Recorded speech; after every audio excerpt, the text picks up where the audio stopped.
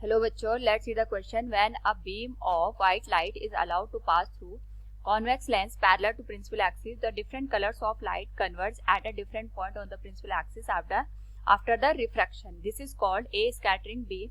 Chromatic aberration, C. Spherical aberration, and D. Polarization. Now to answer this question, first we will discuss here the key concept, and here the key concept is given as refraction. Refraction का मतलब होता है हमारे पास जब light एक medium से दूसरे medium में ट्रेवल करती है तो ये अपने यहाँ पे जो ओरिजिनल पाथ है उससे डेविएट हो जाती है। यानी यहाँ पे हमारे पास जो लाइट है जब एक मीडियम से दूसरे मीडियम में ट्रेवल करेगी या तो ये टुवर्ड्स द नॉर्मल शिफ्ट हो जाएगी या तो अवे फ्रॉम द नॉर्मल यहाँ पे शिफ्ट हो जाएगी। और यहाँ पे ऐसा इसलिए होता है क्योंकि हमारे पास जो दोनों मीडियम में लाइट की स्पीड होती है वो डिफरेंट हमें देखने को मिलती है। दूसरा यहाँ पे हमारे पास जो रिफ्रैक्शन होता है किसी भी लेंस के थ्रू वो हमारे पास यहाँ पे डिपेंड करता है कि जो हम यहाँ पे लेंस यूज कर रहे हैं उस पर्टिकुलर लेंस का रिफ्रैक्टिव इंडेक्स कितना है। नाउ यहाँ पे हमारे पास जो फोकल लेंथ होती है उसमें और जो रिफ्रैक्टिव इंडेक्स होता है उसमें हमारे पास रिलेशन होता है, that is given by the lens maker formula. तो अगर हम बात करें यहाँ पे जो रिफ्रैक्टिव इंडेक्स होता है किसी भी मीडियम का या हम कह सकते हैं पर्टिकुलर लेंस का, वो फोकल लेंथ के इनवर्सली प्रोपोर्शन में आता है। तो क्वेश्चन में यहाँ पे अगर हम बात करें, क्वेश्चन में हमसे पूछा गया है कि सपोज हमारे पास कोई कॉन्वेक्स लेंस है, इस तरीके से हमने कोई कॉन्वेक्स लेंस को अज्यूम कर लिया और यहाँ पे जो प्रिंसिपल एक्सिस है इसके पैरेलल कोई भी लाइट यहाँ पे पास हो रही है।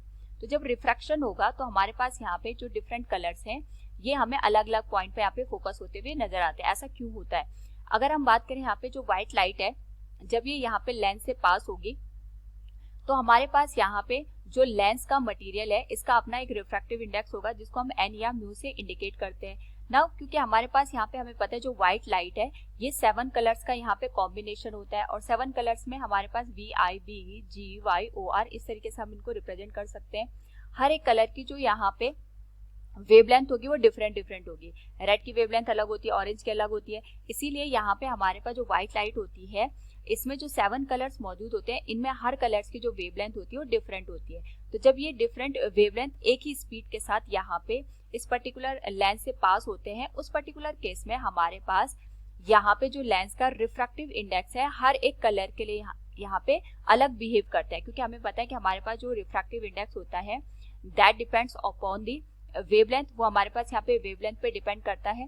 और क्योंकि हर एक कलर का जो वेवलेंथ है वो हमारे पास यहाँ पे डिफरेंट है तो यहाँ पे जो रिफ्रैक्टिव इंडेक्स है या जो यहाँ पे लेंस का बिहेवियर है हर एक कलर के लिए यहाँ पे डिफरेंट हो जाएगा। यहाँ पे जो रिफ्रैक्टिव इंडेक्स है बेसिकली हमें ये बताता है कि जो लाइट वेव है या जो हमारे पास यहाँ पे लाइट रे आ रही है वो किस तरीके से यहाँ पे बेंड होगी या उसमें कितना हमें यहाँ पे डेविएशन देखने को मिलेगा। क्योंकि हर एक कलर के लिए यहाँ पे हमारे पास जो लेंस है वो अलग यहाँ पे रिफ्रैक्शन शो करेगा या अलग बेंडिंग शो करेगा, क्योंकि यहाँ पे हर कलर की वेवलेंथ डिफरेंट है।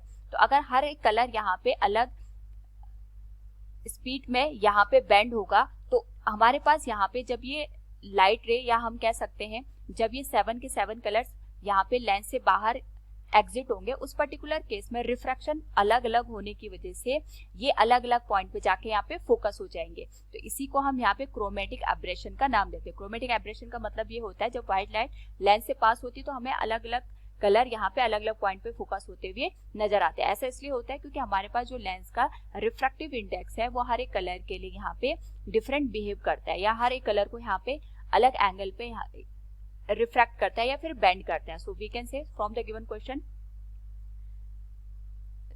when a beam of white light is allowed to pass through convex lens parallel to principal axis, the different colors of light converges different point on the principal axis after the refraction. This is called chromatic aberration. Option B is the right one. Hope all you understood it. Thank you and best of luck.